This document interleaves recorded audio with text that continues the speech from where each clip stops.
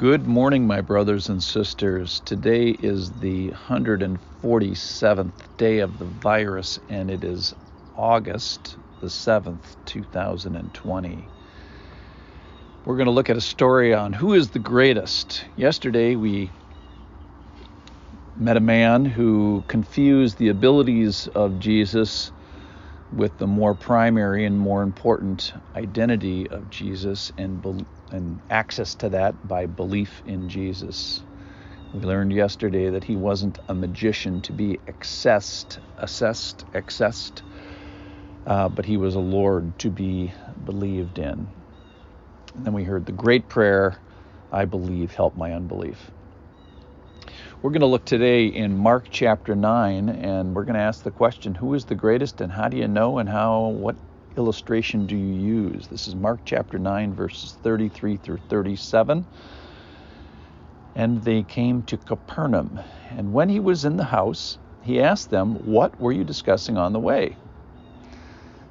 They kept silent, for on the way they had argued with one another about who was the greatest.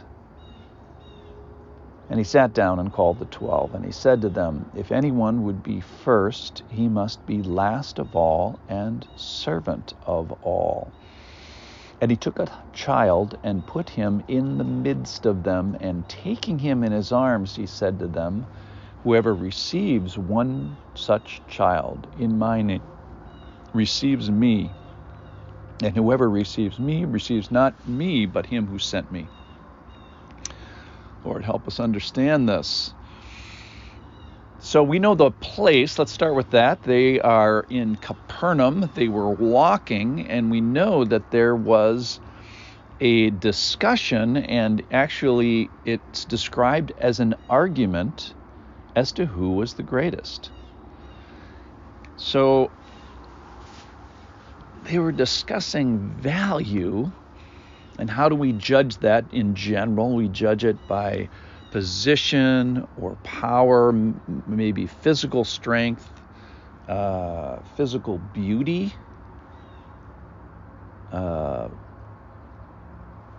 accumulation of stuff.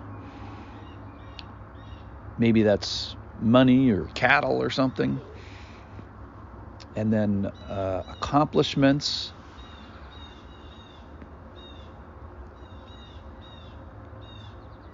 And then the thing about this that's disturbing, in Luke, it actually says that he knew their reasoning. It's one of those moments in Scripture where not only does Jesus have verbal indications maybe, but he also really knows what they were thinking.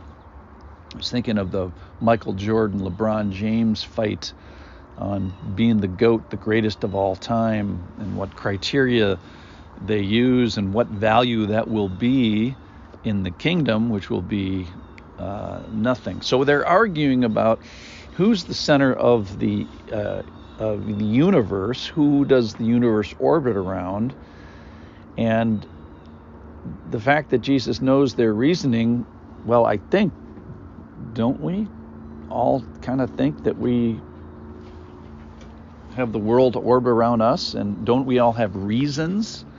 And doesn't it sound reasonable and rational to us? Can't I explain to you and maybe argue with you about my greatness? Well, of course, Jesus throws this all on their head, and I just love that Jesus asked the question, what were you discussing on the way? They know they're busted. Verse 34, but they kept silent, for they knew what they had said on the way, and when confronted with the Jesus question, they knew they were using the wrong criteria. They knew that they had set the goalposts on position or power or strength or something, and Jesus said you're running in the wrong direction. The goal is actually over here, and then he shows them how to find the goal, and that, of course, is with the child. So this is one of those lessons where they're walking, they arrive at the place, and then they sit down. So, all right, sit down. We're going to do a little lesson here. So he sits down, calls the 12, verse 35. And then if anyone would be first, Jesus verbally turns things upside down, and he says, which we all want to be first. Here's how you be first. You got to be last, and last of all and servant of all. Well, I don't like either of that stuff. And then the illustration, verse 36, and he took a child and he put him in the midst of them. And I love this part. He doesn't just stand the child in the middle of the 12 disciples and Jesus. He puts the child in the circle, if you will, and then takes him in his arms.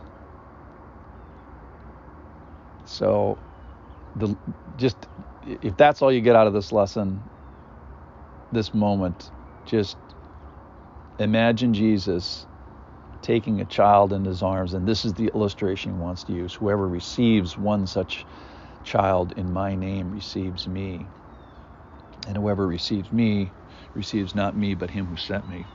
So children, what about children? They can't provide their own food. They don't know stuff about the world. They don't know politics. They're not very big. They don't have any resources at all. They don't know where their next meal is coming from, except that it's provided. So there's a lot that children lack. And then I was thinking about, well, what do children have? What value system do they have? They know love. They know the love language. They know that when they are seen by an adult. If you say to a child, by your time, attention, eyes, gifting, whatever, if you say to a child, I think you are terrific, they understand that very well. If you take a child into your arms in this metaphorical way, they understand that. So Jesus actually says to the disciples, you need to turn, this is in another one of the Gospels, you need to turn and relate to a child like this. Value in the way that the kingdom is. So as we value children, we serve the least, we take them into our arms. If you want to get Jesus, and who doesn't want to do that, we have to become last of all, servant of all, and take these children, metaphorically, the least of the people of God, into our arms. So how do I get God? It's humility, it's service, it's being and serving the least and the children, thinking that children and acting like children of the kingdom are terrific, and they are the most important. So Jesus turns value upside down today.